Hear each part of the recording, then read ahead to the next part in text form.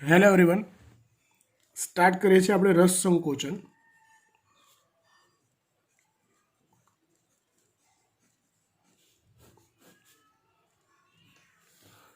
રસ સંકોચન વિશે ટેક્સ્ટબુકમાં આપેલી માહિતી ઇનફ છે કે ભાઈ વનસ્પતિ કોષને જ્યારે સાંદ્ર દ્રાવણ અથવા અધિસાંદ્ર દ્રાવણમાં મૂકવામાં આવે, ધારો કે આ કોઈ એક વનસ્પતિ કોષ છે, અંદર એનું આખો વિસ્તાર કોષ રસ છે, બહાર કોષ દિવાલ છે. એને જ્યારે અધિસાંદ્ર દ્રાવણમાં મૂકવામાં આવે, કેવા દ્રાવણમાં મૂકવામાં આવે? અધિસાંદ્ર દ્રાવણમાં મૂકવામાં આવે ત્યારે પાણી બહારની તરફ જાય છે આશ્રુતિની ક્રિયા દ્વારા, જેને બહિરાશ્રુતિ કહેવાય છે. કઈ આશ્રુતિ કહેવાય છે ને? બહિરાશ્રુતિ કહેવાય છે. પરિણામે શું થાય તો કે કોષરસ પટલ સહિતનો કોષરસ કોષ દિવાલથી અલગ પડે છે. પરિણામે કોષરસ પટલ સહિતનો કોષરસ એની કોષ દિવાલથી અલગ પડે છે. આ ક્રિયાને રસ સંકોચન કહેવાય છે. આ ક્રિયાને શું કહેવાય? રસ સંકોચન કહેવાય છે. છેલ્લે એવું થાય કે સમગ્ર કોષરસ સંકોચાઈને કોઈ એક ખૂણે એકઠો થઈ જાય છે.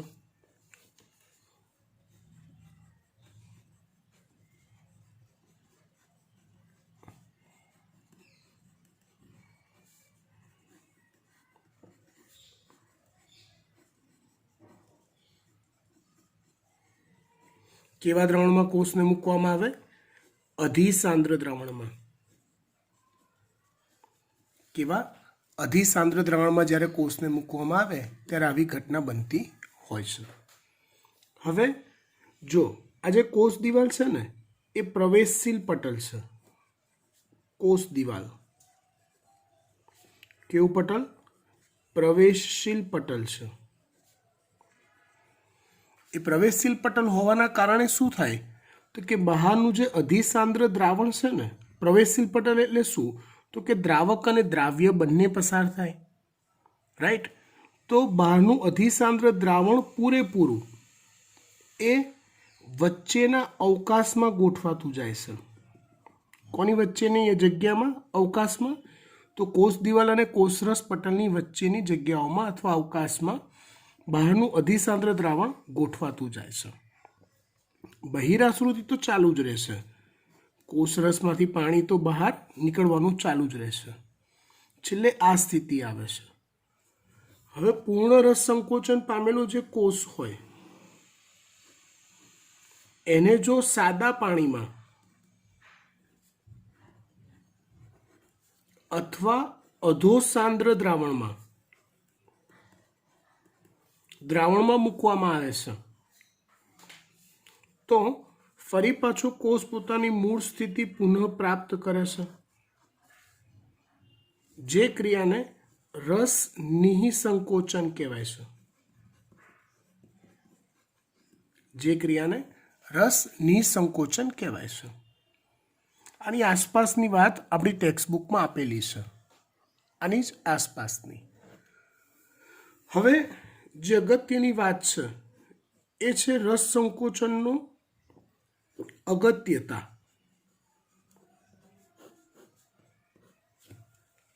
એના ઉપયોગ. તમે શેના માટે રસ સંકોચનનો જે ગુણ છે એનો ઉપયોગ કરી શકો વ્યવહારિક રીતે? તો સૌથી પહેલું તો સજીવ અને નિર્જીવ કોષની ઓળખ એ રસ સંકોચન દ્વારા કરી શકાય છે.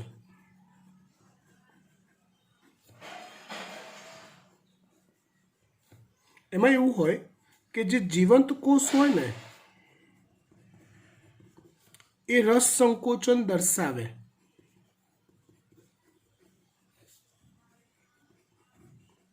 અને જે મૃત કોષ હોય ને એ રસ સંકોચન ના દર્શાવે.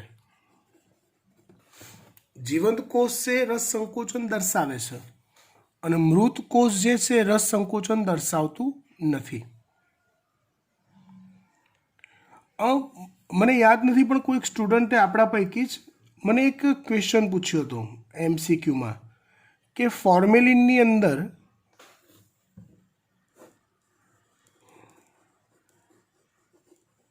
ફોર્મેલિનના દ્રાવણમાં કોઈ વનસ્પતિનો નમૂનો મૂકેલ છે વગેરે વગેરે લાઈક સમથિંગ આગળ હતું. હવે ફોર્મેલિન જે છે ને એની અંદર મૂકેલો નમૂનો હંમેશા મૃત હોય. હંમેશા નમૂનો મૃત કહેવાય, જીવંત ના કહેવાય. એટલે રસ સંકોચનની જેવી કોઈ બીજી જીવંત કોષોવાળી પ્રક્રિયાઓ એ ન દર્શાવે. ન તો રસ સંકોચન ન તો આશ્રુતિ, કોઈ ક્રિયા એની અંદર ન થાય. રાઈટ. એટલે ફોર્મેલિનનું દ્રાવણ એ સંગ્રાહક દ્રાવણ છે. એ બેક્ટેરિયા ફ્રી કે ઇન્ફેક્શન ફ્રી રાખવા માટે તમે કોઈ મૃત સજીવનો નમૂનો સાચવી રાખવો હોય લાંબા ગાળા સુધી, દાખલા તરીકે કોઈક મૃત વનસ્પતિ એમને એમ જમીન પર પડી છે તો બેક્ટેરિયા કે ફૂગ એમના દ્વારા બધી રાસાયણિક પ્રક્રિયા થાય, જે રાસાયણિક પ્રક્રિયાને એમાંથી છેલ્લેનું વિઘટન થઈ જાય. પણ એ વિઘટન થતું રોકવા માટે એક સંગ્રાહક રસાયણ તરીકે ફોર્મેલિનનો ઉપયોગ કરવામાં આવતો હોય છે. આપણી બાયોલોજીની લેબોરેટરીમાં ફોર્મેલિન ભરેલા દ્રાવણની અંદર ઘણા સજીવોના મૃત નમૂનાઓ સાચવી રાખેલા હોય છે. એનીવે, ટૂંકમાં નિર્જીવ કોષ હોય તો એ રસ સંકોચન ના દર્શાવે, જીવંત કોષ હોય તો એ દર્શાવે. તો આ રીતે પેશી જીવંત છે કે નિર્જીવ એની ચકાસણી રસ સંકોચનના ગુણ દ્વારા કરી શકાય છે. પહેલી અગત્યતા. વાત કરીએ આપણે બીજી અગત્યતાની. તો માંસ કે માછલી, જે નોન વેજીટેરિયન હોય એ લોકોને વધુ ખબર હોય પણ નોલેજ માટે કામનું છે, પરીક્ષામાં પૂછાઈ શકે. માંસ કે માછલીને ઉપર મીઠું ભભરાવવામાં આવે છે.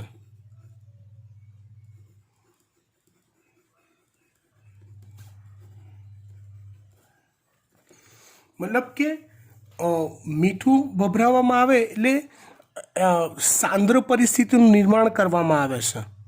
સમજો, રીઝન એકમાત્ર છે કે માંસ કે માછલીનું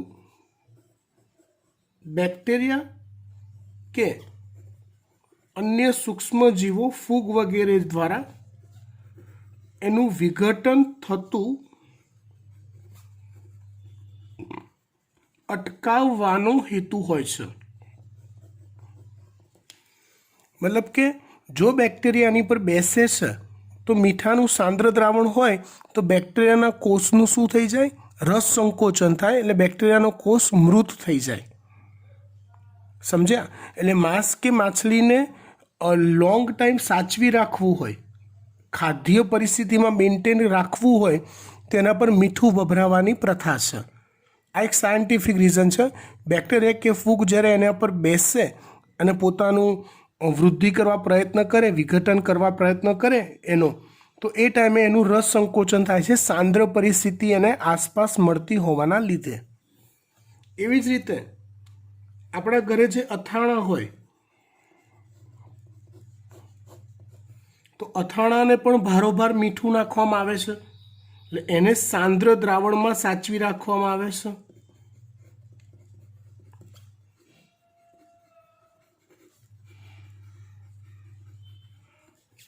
આનું કારણ એ છે કે ભાઈ સેમ કેરીનું અથાણું હોય કે બીજી કોઈ અલગ અલગ આઈટમનું, ગુંદાનું અથાણું હોય કે એવી અલગ અલગ આઈટમનું અથાણું હોય તો અંદર જે કેરીના ટુકડા કે ગુંદાના ટુકડા છે એનું નાશ ન થાય, મતલબ કે બેક્ટેરિયા દ્વારા એનું વિઘટન ન થાય, એ રોકી રાખવા માટે આ મેથડ અપનાવવામાં આવતી હોય છે.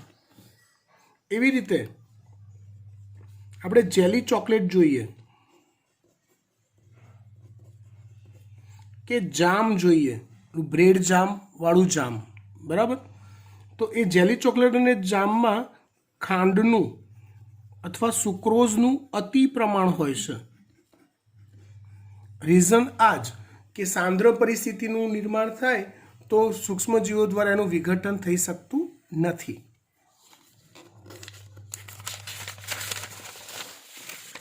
એ સિવાય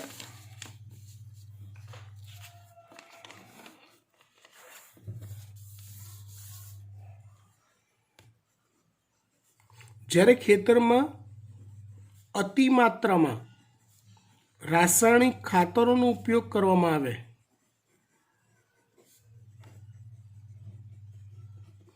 ત્યારે એના મૂળનો નાશ થાય છે. રીઝન આ જ કે ખાતર અતિશય માત્રામાં નાખ્યું હોય એટલે ભૂમિનું દ્રાવણ અતિ સાંદ્ર થઈ ગયું હોય તો મૂળના કોષોમાં રસ સંકોચન થાય, બહિરાશ્રુતિ થાય, પાણી બહાર વહી જાય એટલે મૂળનો નાશ થાય એટલે સમગ્ર વનસ્પતિનો નાશ થાય છે. આવી અગત્યતાઓ રસ સંકોચનની આપી શકાય. મતલબ કે પરીક્ષામાં તમને રસ સંકોચનના બેઠા પ્રશ્નો પૂછે તો એ તો આવડે જ, ટેક્સ્ટબુક પ્રમાણે તમે તૈયાર કર્યું હોય તો, પણ આવા વ્યવહારિક બાબતોની પણ તમારી આગળ ચર્ચા કરવામાં આવતી હોય. MCQ આવા વ્યવહારિક મુદ્દા પરથી પણ બનાવવામાં આવતા હોય છે, તો તમને આવડતા હોવા જોઈએ.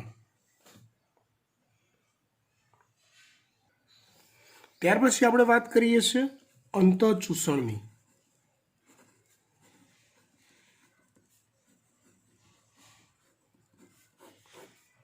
અંતઃચૂષણ એટલે શું?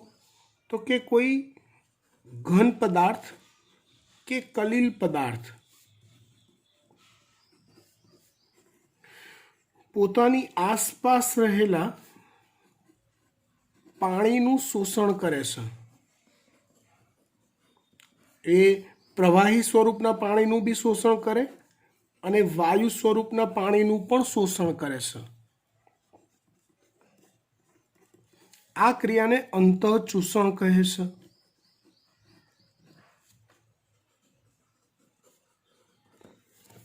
આ એક પ્રકારની અંતઃ આશ્રુતિની ક્રિયા છે. કેવી ક્રિયા છે? એક પ્રકારની અંતઃ આશ્રુતિની ક્રિયા છે. પાણી અંદરની તરફ પ્રવેશે છે આશ્રુતિના નિયમ પ્રમાણે, માટે અંતઃ આશ્રુતિની ક્રિયા કહેવાય. રસ સંકોચનમાં પાણી બહારની તરફ જાય છે માટે બહિરાશ્રુતિની ક્રિયા કહેવાય. હવે જુદા જુદા પદાર્થોમાં અંતઃચૂષણ થતું હોય તો એનો ક્રાઇટેરિયા છે કે કોની અંતઃચૂષણ ક્ષમતા વધુ અને કોની અંતઃચૂષણ ક્ષમતા ઓછી, એની વાત કરીએ. અંતઃચૂષણ ક્ષમતા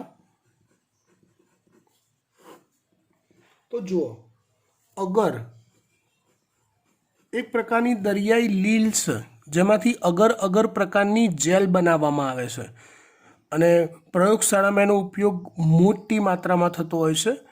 ઓલું શું કહેવાય એને, અલગીકરણની પ્રક્રિયાઓ કરવાની હોય તેમાં અગર અગર જેલનો મોટા પાયે ઉપયોગ થતો હોય છે, તો એની અંતઃચૂષણ ક્ષમતા સૌથી વધુ છે. ત્યાર પછી આવે છે પેક્ટિન. પેક્ટિન યાદ કરો, વનસ્પતિ કોષોમાં કેટલાક કોષોમાં દ્વિતીયક દિવાલ પેક્ટિનની બનેલી હોય. સ્થૂલ કોણક પેશી યાદ કરો, બરાબર? તો એ જે પેક્ટિન છે એની અંતઃચૂષણ ક્ષમતા વધુ હોય. ત્યાર પછી આવે છે પ્રોટીન, ત્યાર પછી આવે છે સ્ટાર્ચ અને ત્યાર પછી આવે છે સેલ્યુલોઝ. વનસ્પતિ દેહની અંદર અંતઃચૂષણની ક્ષમતાનો દર આ પ્રકારે હોય. સૌથી વધુ અગર કરે, ત્યાર પછી પેક્ટિન, ત્યાર પછી પ્રોટીન, પછી સ્ટાર્ચ ને પછી સેલ્યુલોઝ. આ ક્રમમાં અંતઃચૂષણની ક્રિયા થતી હોય છે. જ્યારે અંતઃચૂષણની ક્રિયા થાય એ દરમિયાન ઘર્ષણ થાય છે, કેમ કે પાણી એ જે તે દિવાલોને ઓળંગીને અંદર જાય છે, તો ઘર્ષણ ક્રિયા થાય છે. ઘર્ષણને કારણે ઉષ્મા મુક્ત થાય છે. અંતઃચૂષણ દ્વારા જે ઉષ્મા મુક્ત થાય એ ઉષ્માને ભીની ઉષ્મા કહેવાય છે. અંતઃચૂષણને કારણે જે ઉષ્મા મુક્ત થાય એ ઉષ્માને ભીની ઉષ્મા કહેવાય છે. ત્યાર પછી આપણે વાત કરીએ પાણીનું શોષણની.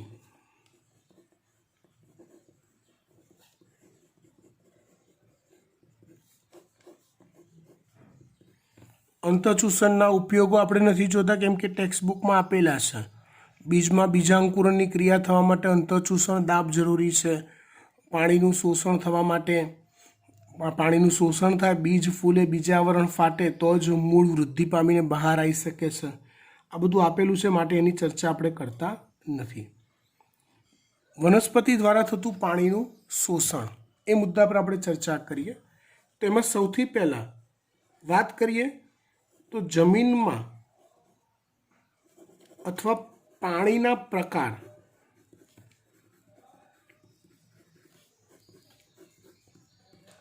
જે પાણી વનસ્પતિના સંપર્કમાં હોય, શોષણ માટે સંપર્ક સાધતું હોય એવા પાણીના પ્રકાર આપણે જોઈએ.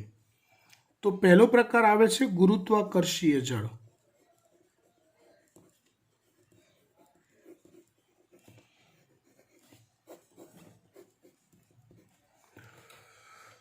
પહેલું કયું જળ આવે છે? તો કે ગુરુત્વાકર્ષીય જળ આવે છે. ગુરુત્વાકર્ષીય જળ એટલે કયું જળ? ગુરુત્વાકર્ષીય જળ એટલે કયું જળ? તો જુઓ, વરસાદનું પાણી કે જે ખૂબ ઊંડે ઉતરી ગયું હોય, કે જ્યાં ભૂગર્ભીય જળ સપાટી આવેલી હોય,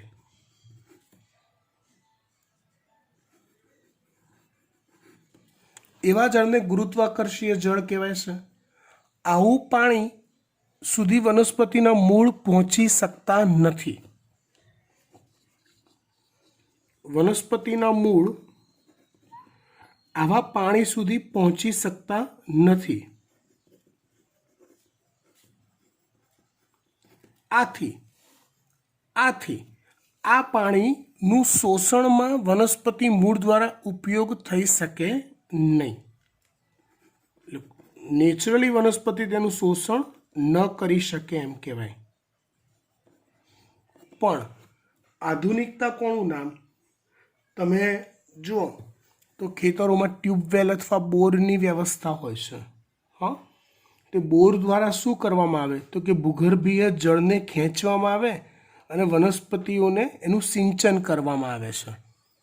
તો આધુનિક પદ્ધતિની મદદથી મોટર ગોઠવી બોરવેલ કે ટ્યુબવેલની મદદથી એ પાણીને વનસ્પતિ માટે પ્રાપ્ય કરવામાં આવે છે. કુદરત રીતે વનસ્પતિ આ પાણી મેળવી શકતી નથી.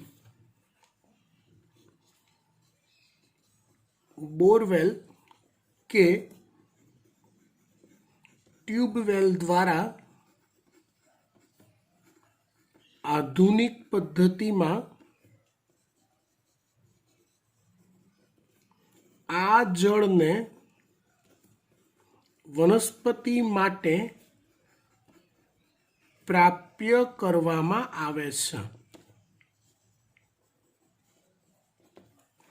કયું જળ કીધું? ગુરુત્વાકર્ષીય જળ.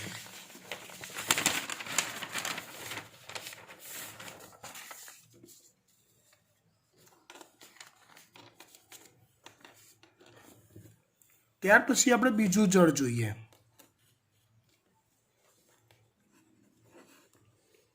બીજું છે અનુબંધિત જળ.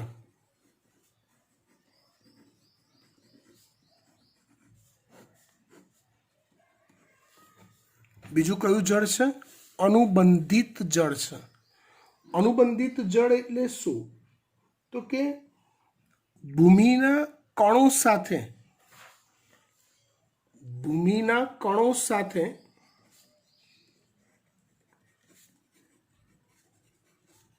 કે આયનો સાથે ગાઢ રીતે જોડાયેલું જે જળ હોય એને અનુબંધિત જળ કહેવાય છે. જમીનમાં કેટલુંક પાણી એવું હોય કે જે ગુરુત્વાકર્ષણની અસરથી છેક તળિયે ઉતરી ગયું હોય ભૂગર્ભીય જળ સ્તર સુધી, એ ગુરુત્વાકર્ષીય જળ. કેટલુંક જળ બહુ ઊંડે ના ઉતર્યું હોય પણ ભૂમિના કણો કે આયનિક કણોની સાથે ગાઢ રીતે જોડાઈ ગયેલું હોય તો આવું જળ પણ વનસ્પતિ મૂળ દ્વારા શોષી શકાતું નથી. એટલે અનુબંધિત જળ ભૂમિમાં હોય તો પણ એ વનસ્પતિ માટે તો નકામું જ છે. ત્યાર પછી ત્રીજું જળ જોઈએ, રાસાયણિક રીતે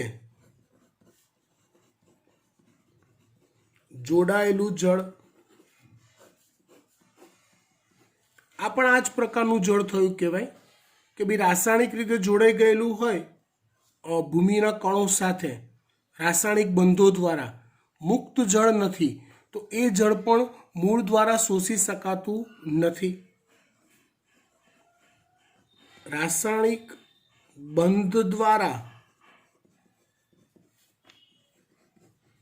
જોડાયેલું જળ, આ જળ પણ મૂળ દ્વારા શોષી શકાતું નથી. આ જળ પણ મૂળ દ્વારા શોષી શકાતું નથી. ચોથું આવે છે કેશાકર્ષીય જળ.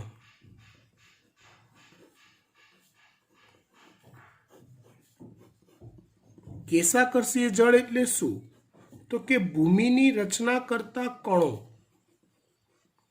ભૂમિની રચના કરતા કણો ની વચ્ચેના અવકાશમાં રહેલું જળ કે જે મુક્ત હોય છે, આવું જળ જે છે અને કેશાકર્ષીય જળ કહેવાય છે. વનસ્પતિ મૂળ દ્વારા કેશાકર્ષીય જળનું શોષણ થઈ શકે છે. મૂળ દ્વારા કયું જળ શોષણના ઉપયોગમાં લેવાય? કેશાકર્ષીય જળ. પાંચમું આવે છે વાતાવરણનો ભેજ. વાયુ સ્વરૂપનું પાણી, વરાળ સ્વરૂપનું પાણી. તો જુઓ, કેટલીક વિશિષ્ટ વનસ્પતિ,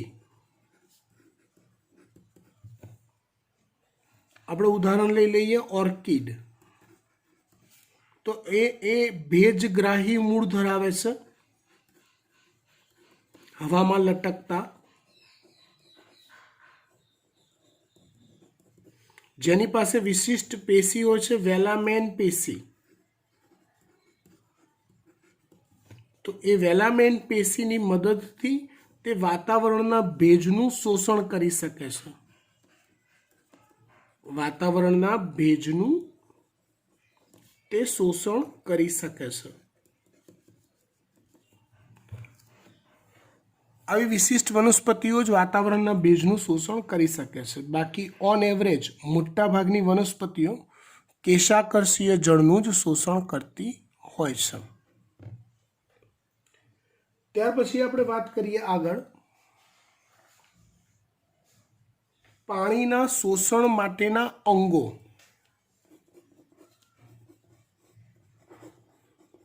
પાણીના શોષણ માટેના અંગોની વાત કરીએ.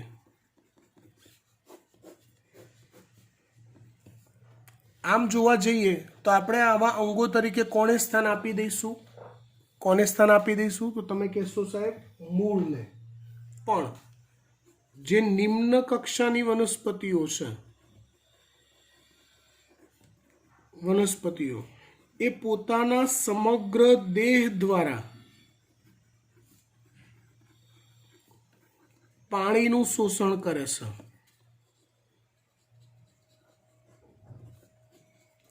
ત્રિઅંગી,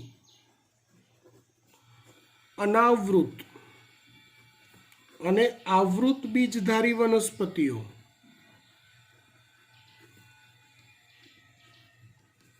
એ મૂળ દ્વારા પાણીનું શોષણ કરે છે.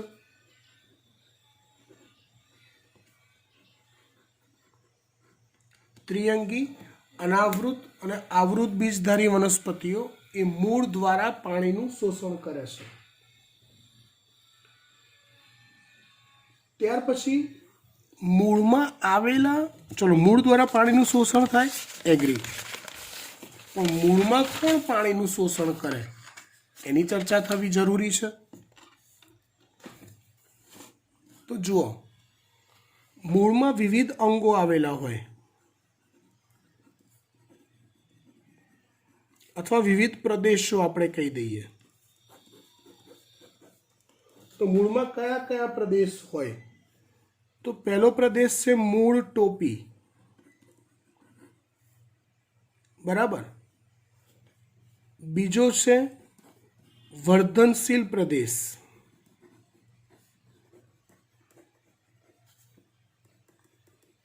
ત્રીજો પ્રદેશ છે વિસ્તરણ પ્રદેશ,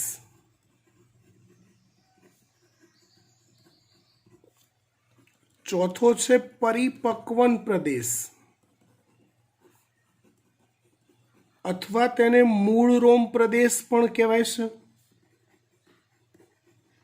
ચોથો પ્રદેશ છે પરિપક્વન પ્રદેશ અથવા તેને મૂળરોમ પ્રદેશ પણ કહેવાય છે, અથવા તેને મૂળરોમ પ્રદેશ પણ કહેવાય છે. મહત્તમ પાણીનું શોષણ, મહત્તમ પાણીનું શોષણ એ મૂળરોમ પ્રદેશ દ્વારા થાય છે. મોટાભાગના પાણીનું શોષણ કયા પ્રદેશ દ્વારા થાય છે? મૂળરોમ પ્રદેશ દ્વારા થાય છે. એના માટે મૂળરોમના કોષોનો કોષરસ,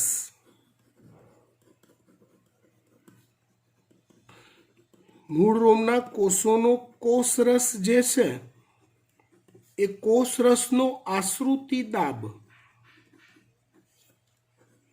ભૂમિય જળ કરતા વધુ હોય છે.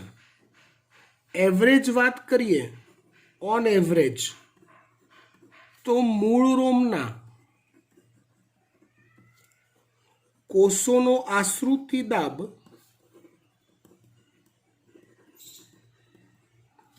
એ આશરે 3 એટમોસ્ફિયર જેટલો હોય છે. On average. અલગ અલગ વનસ્પતિમાં એ આશ્રુતિ દાબનું મૂલ્ય પ્લસ માઇનસ હોઈ શકે, રાઈટ, પણ ઓન એવરેજ મૂળરોમ કોષમાં આશ્રુતિ દાબનું મૂલ્ય કેટલું હોય? 3 એટમોસ્ફિયર જેટલું હોય છે. ત્યાર પછી પાણીના શોષણનો પથ, તો એ આપણને ક્લિયર છે, અપદ્રવ્ય પથ અને સંદ્રવ્ય પથ, રાઈટ.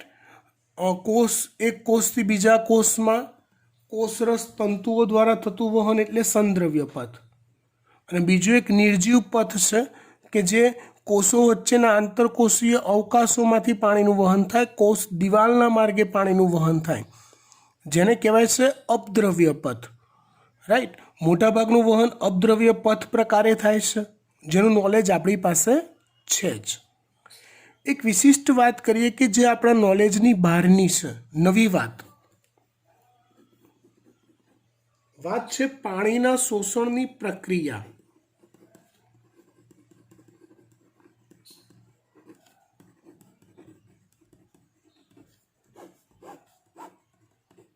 નોર્મલી, સામાન્ય રીતે એવી માન્યતા હોય કે પાણીનું શોષણ એ આશ્રુતિ દ્વારા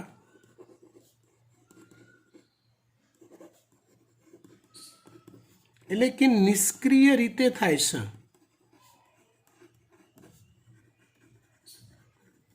પાણીનું શોષણ આશ્રુતિ દ્વારા એટલે કે નિષ્ક્રિય રીતે થાય છે, આવી માન્યતા હોય છે આપણા મગજની અંદર. અને સાચી વાત બી છે કે ભૂમિય જળ એ મંદ દ્રાવણ સ્વરૂપે હોય અને મૂળરોમ મૂલાધિસ્તરના કોષોનો કોષરસ એ સાંદ્ર દ્રાવણ સ્વરૂપે હોય. એટલે આશ્રુતિની ક્રિયા મંદથી સાંદ્ર તરફ થતી હોય છે, રાઈટ. પણ અહીંયા કેટલીક વિશિષ્ટ વાત મારે કહેવી છે, જેના પર તમે ધ્યાન કેન્દ્રિત કરજો. નવી વાત છે, સમજવા જેવી વાત છે. પાણીનું શોષણ બે પ્રકારે થાય છે. એક છે સક્રિય શોષણ. હા, પાણીનું સક્રિય શોષણ પણ થાય છે. અને બીજો પ્રકાર છે નિષ્ક્રિય શોષણ, જેની ચર્ચા આપણે કરીએ છીએ, જેને આપણે રેગ્યુલર શોષણનો ટાઈપ ગણીએ છીએ. અહીંયા વાત છે સક્રિય શોષણની. તો સક્રિય શોષણ કઈ રીતે એ હું તમને સમજાવું. એમાં પાછા બે પ્રકાર છે. એક પ્રકાર છે કે ભાઈ પાણીનું સક્રિય શોષણ અને બીજું આશ્રુતિ સક્રિય શોષણ. પાણીનું સક્રિય શોષણ અને બીજું છે આશ્રુતિ સક્રિય શોષણ.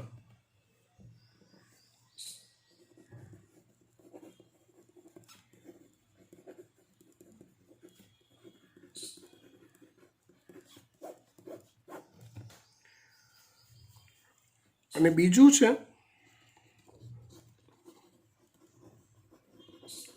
આશ્રુતિ સક્રિય શોષણ.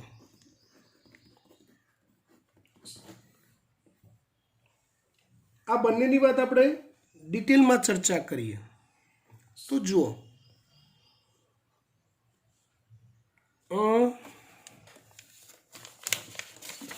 માની લો એક જ મિનિટ મનાવું, શાંતિ રાખો.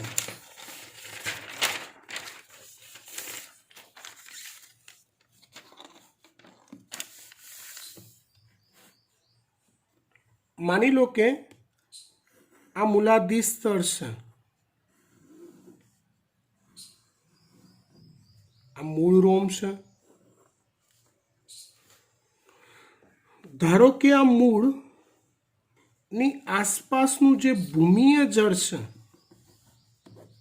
એ અતિ સાંદ્ર છે. આવું કયા કિસ્સામાં બને બેટા?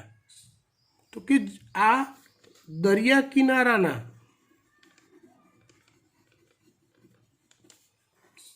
ભરતી અને ઓટવાળા જે મેંગ્રુવ્સ જંગલો છે એની આસપાસ આવી ઘટના બનતી હોય છે. આગળ તમે યાદ કરો, આશ્રુતિ દાબના ટોપિકમાં કીધું હતું કે મેંગ્રુવ્સ વનસ્પતિના મૂળ રોમનો આશ્રુતિ દાબ બીજી કોઈ પણ વનસ્પતિના મૂળ રોમના આશ્રુતિ દાબ કરતાં વધુ હોય. આમ છતાં બી ઘણીવાર એવું થાય કે બહારનું ભૂમિય જળ જો અતિ સાંદ્ર હોય તો શક્યતા રહે કે પાણી બહાર જાય. તો આવા સંજોગોમાં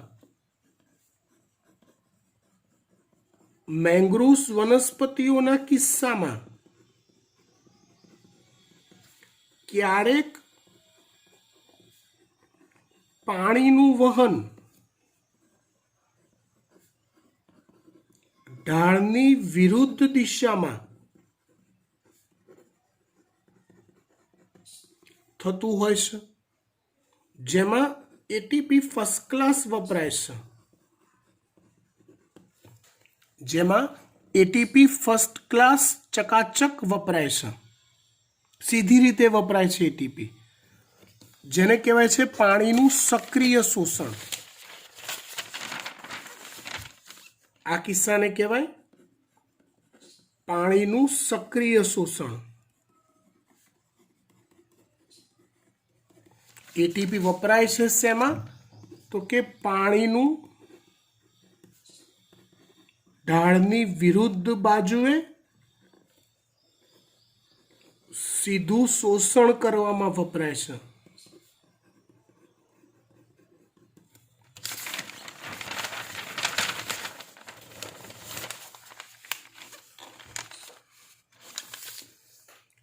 એટલે અહીંયા આપણે એવું કહી શકીએ કે જ્યારે ભૂમિય જળ અતિ સાંદ્ર હોય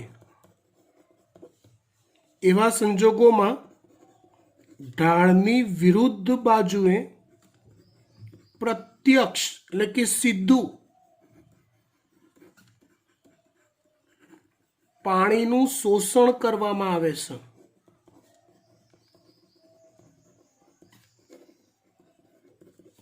એટીપીની મદદથી, જેને પાણીનું સક્રિય શોષણ કહે છે. આશ્રુતિ સક્રિય શોષણ એટલે આ એક એવી ઘટના છે કે જેમાં દેખીતી રીતે પાણીનું શોષણ થવામાં દેખીતી રીતે એટીપી ન વપરાતા હોય, આગળ કીધું એ મુજબ, પણ પરોક્ષ રીતે એટીપી પાણીના શોષણ માટે જ વપરાતા હોય. પ્રત્યક્ષ રીતે, સીધી રીતે પાણીનું શોષણ કરવા,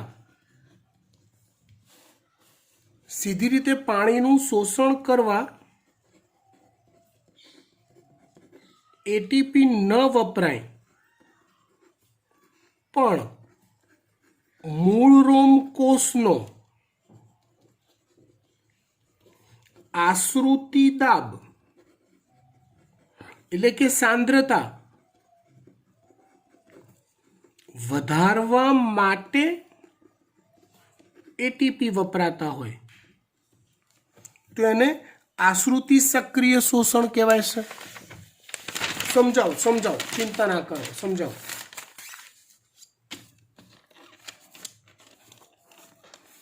એક એક્ઝામ્પલ આપ્યું આનું, એ તો ખબર પડી. હવે ફરી પાછું આપણે ધારી લઈએ, આ મૂળરોમ મૂલાધાર સ્તર છે, બહાર અતિ સાંદ્ર સ્થિતિ છે.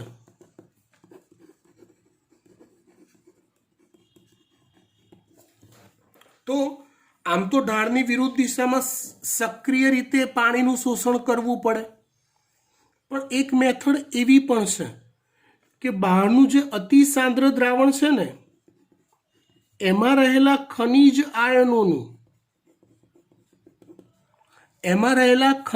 આયનોનું ઢાળની વિરુદ્ધ દિશામાં એટીપી વાપરીને શોષણ કરવામાં આવે. ખનિજ આયનોનું ભૂમિમાં રહેલા ખનિજ આયનોનું ઢાળની વિરુદ્ધ દિશામાં એટીપી વાપરીને શોષણ કરવામાં આવે.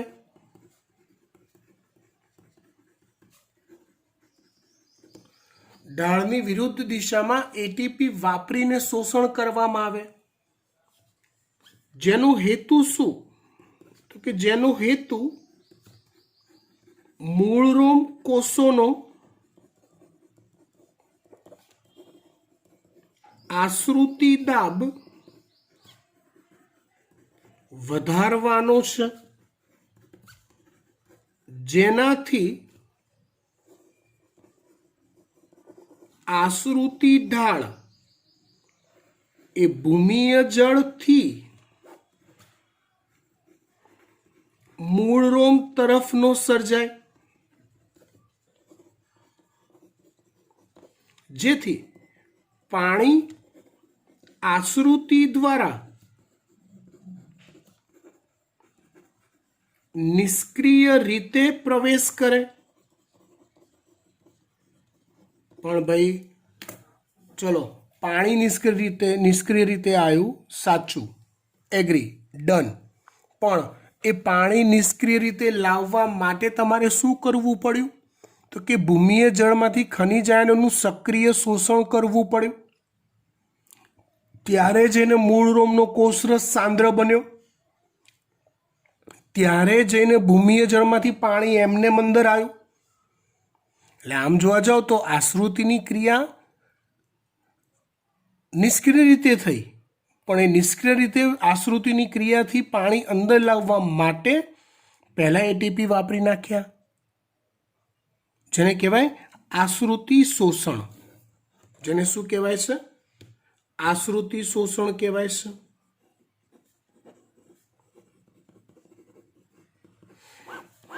આ બંને ઘટના એવી છે કે જેમાં એટીપી વપરાતા હોય છે. આ બંને ઘટના એવી છે જેમાં એટીપી વપરાય છે. પહેલી ઘટનામાં સીધી રીતે પાણી શોષવા જ એટીપી વપરાય. બીજી ઘટનામાં પાણીનું શોષણ ભલે નિષ્ક્રિય રીતે થતું હોય એવું લાગે, પણ એવું કરવા માટે મૂળરોમ કોષોની સાંદ્રતા વધારવા ખનિજ આયનોનું જે અંદરની તરફ શોષણ થયું એ સક્રિય રીતે હોય. પર્પસ પાણીનું શોષણ, એના માટે એટીપી વપરાયા. ત્રીજો પ્રકાર જે આપણને બધાને ખબર છે, નિષ્ક્રિય શોષણ.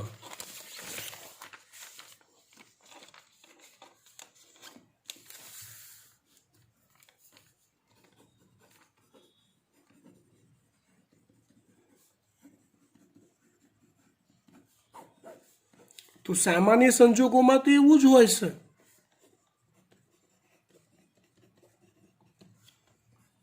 મૂળરોમ કોષો નો આશ્રુતિ દાબ એ ભૂમિય જળ કરતા તો વધુ જ હોય છે.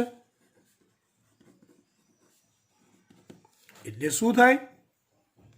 એમનેમ જ પાણીનું શોષણ થાય આશ્રુતિ દ્વારા, તેને કહેવાય છે નિષ્ક્રિય શોષણ. સમજ પડી ગઈ વાત? Done, fine. હવે વાત કરીએ આપણે આજના દિવસની છેલ્લી, પાણીના શોષણ પર અસર કરતા પરિબળો.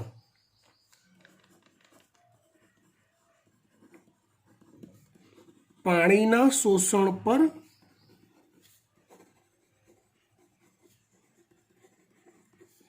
અસર કરતા પરિબળો. કયા કયા પરિબળો પાણીના શોષણ પર અસર કરે છે? તો પહેલું, ઉપલબ્ધ પાણીનું પ્રમાણ. આમાં કે લખવાની જરૂર નથી, આવડે કે જમીનમાં જેટલું ઉપલબ્ધ પાણી વધુ હશે એટલું પાણીનું શોષણ વધુ માત્રામાં થશે. બરાબર ને? હવે ક્યારેક એવું બને કે જ્યારે જમીનમાં પાણી પૂરતી માત્રામાં ઉપલબ્ધ હોય ખરું, આ વિશિષ્ટ વાત આપણે કરીએ છીએ, પણ ઉત્સેચકીય પ્રક્રિયાઓ દ્વારા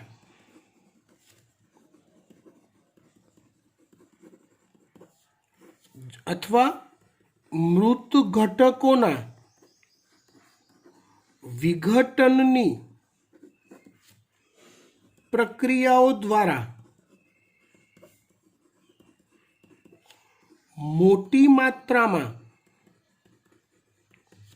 આલ્કોહોલ સર્જાય છે, ઇથેનોલ સર્જાતો હોય છે, જે ઉપલબ્ધ પાણીનું પ્રમાણ પૂરતું હોવા છતાં પાણીનું શોષણ ધીમું પાડે છે.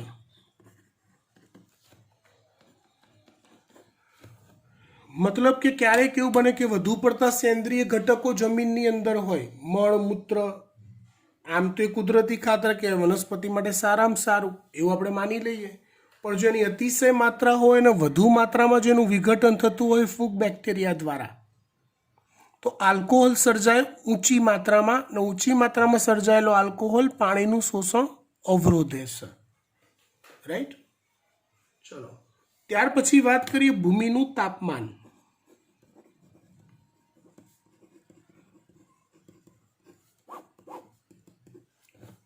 જનરલી ભૂમિના તાપમાનની પણ પાણીના શોષણની પ્રક્રિયા પર અસર થતી જોવા મળતી હોય છે. નોર્મલી 20°C થી 35°C વચ્ચે જો ભૂમિનું તાપમાન હોય